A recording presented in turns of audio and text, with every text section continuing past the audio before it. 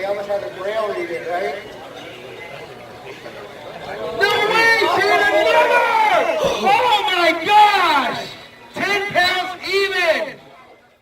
What up, YouTube? It's your boy Vidito, a big bass channel, coming to you from my boat wearing snowboard goggles. Why am I wearing snowboard goggles? Well, I had to wear these a few times fishing this year. It got very cold down here in South Florida, pretty much fishing on Lake Okeechobee, and I actually had to wear these, man. That cold water hitting you in the face and in the eyes is, and the cold air is, it hurts doing 60, 70 miles an hour. So that's why I'm wearing these. I think it looks cool. So the title of this video is how to catch a 10-pound bass using your graph. I pretty much fish Lake Okeechobee exclusively right now at this part of my career. It's a shallow water fishery, and I can tell you more guys than not do not use graphs on Lake Okeechobee. I specifically caught this bass because of my graph. Period. And you're going to see why when I show you. Another reason why I'm in my boat is because I want to show you on the graph. So briefly, let me give you a backdrop, set you up to tournament day and 10-pound bass day. 3 months ago, I fished in a tournament, got on a big pile of fish, caught about 25.5 pounds, pretty much by myself, and I marked a bunch of waypoints and marked a bunch of trails, pre-fishing and tournament day in that tournament. Pre-fishing, I caught a 9.3 pound bass there.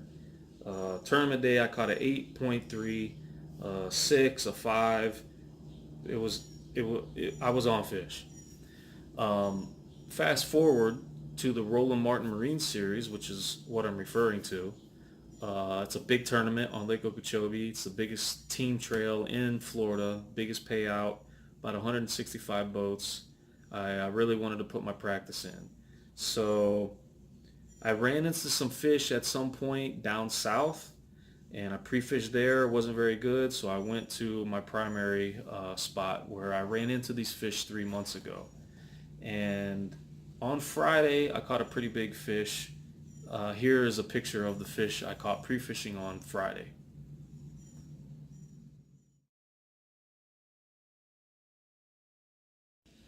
So now comes tournament day. So tournament day, I go back to my area where I caught the fish I just showed you.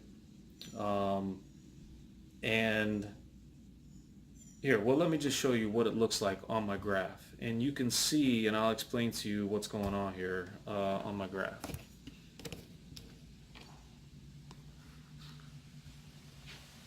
So I hope you can see that. So as you could see, I set my trails for tournament and pre-fishing in red.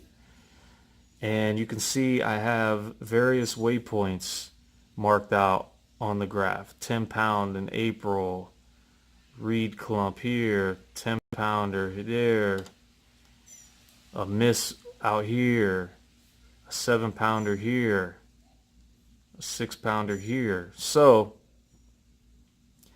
had I not had any of these waypoints in this general area, I wouldn't have been able to target this area specifically. The area that I'm talking about is probably around a football field long, maybe 150 yards long. And there's reed heads everywhere. And I'm specifically talking about pencil reed heads. They're all over the area. There's probably 100 isolated clumps of reed heads. And for whatever reason, most of the fish that I caught were concentrated in a certain area. And had I not had those waypoints on my graph, I would have blindly been just floating through, fishing those heads, wasting time trying to find fish. So tournament day, that bite was pretty slow. Here, well, let me just go on ahead and send you to the video, the footage of me catching the 10 pounder, and then we'll come back and I'll explain to you exactly what happened. It's actually pretty cool because in the video you're going to hear me say what I'm telling you now about how I was in the area, and this general area is where I caught the big fish. Pretty cool. Check it out. Right in here is where I caught all them fish that one day. All in through this stuff here. Maybe it'll work its magic again. Oh, there it is.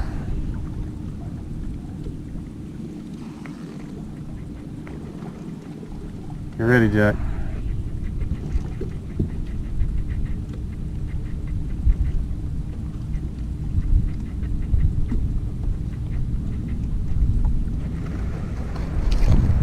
Oh, it's a stud. Yeah. Oh my God. Get over here with that. Yeah, get over here with that. Oh no. No. Come on. No. Wait.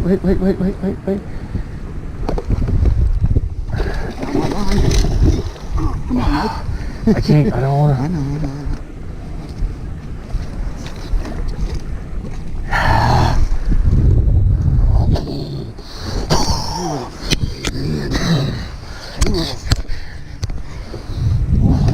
Now that might be a 10-pounder. Now that might be a 10-pounder. Now that might be a 10-pounder.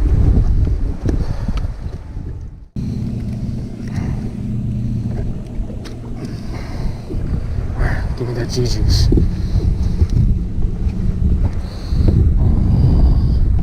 Oh yeah, man.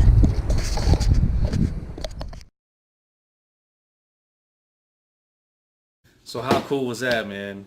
You hear me telling my partner, yeah, this is the general area where I caught all those fish that one day. And then I say, hopefully it'll work its magic again. And before I could even finish my sentence, boom, and here comes a 10-pounder. Now you're probably sitting there saying, wow, man, it took him forever to set the hook on that fish. Why did he wait so long? Well, the reason why I waited so long is during practice, there was a lot of males that were just picking my bait up and moving it off the bed and dropping it. So that's one reason. And another reason is the big fish that I did catch in practice and in the tournament, they were inhaling it and just sitting still. They weren't moving. So there was no way to really judge if it was another small male that had just picked it up and moved it a couple inches and dropped it and got it off the bed, or if a big female actually had it in its mouth. So I'm trying to figure out if the fish has still got it or if they moved it and now the worm is caught on something on the bottom. The big fish in that scenario, it being caught on the bottom, felt the same because the big fish were just inhaling it and that was it. So that's the reason why it took so long to set the hook. I just wanted to be sure that the fish actually still had my bait in its mouth, and it did, obviously. And my partner did a pretty bad net job. The fish was not ready to come in. Every time it saw the net, it tried to get away, and thankfully I had a really good hook set on it, so I was able to land the fish. Now, getting back to the graph, man, I just want to let you guys know, and this is the reason for the video, and it's a good tip, and it's something that I've learned over the last year of fishing, is that using your graph and your waypoints is very, very important, especially if you're tournament fishing. Like, I would have wasted a whole lot of time trying to find that general area, or I may never have even found that general area or these fish that came across, especially that 10-pounder, had I not had my previous trails and my previous waypoints. I could eliminate a bunch of that water and those reeds and just go right to where hopefully the fish were. Thankfully they were there. For whatever reason in this general area, those fish like to congregate and use beds that were in that area.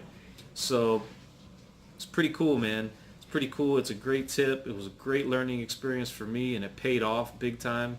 And hopefully you guys can implement using your graph and dropping your waypoints in your trails and find the same success that I did. Do me a favor, if you like my content, subscribe to the page, leave me some comments below, tell me what I could do better, let me know if you liked it or not.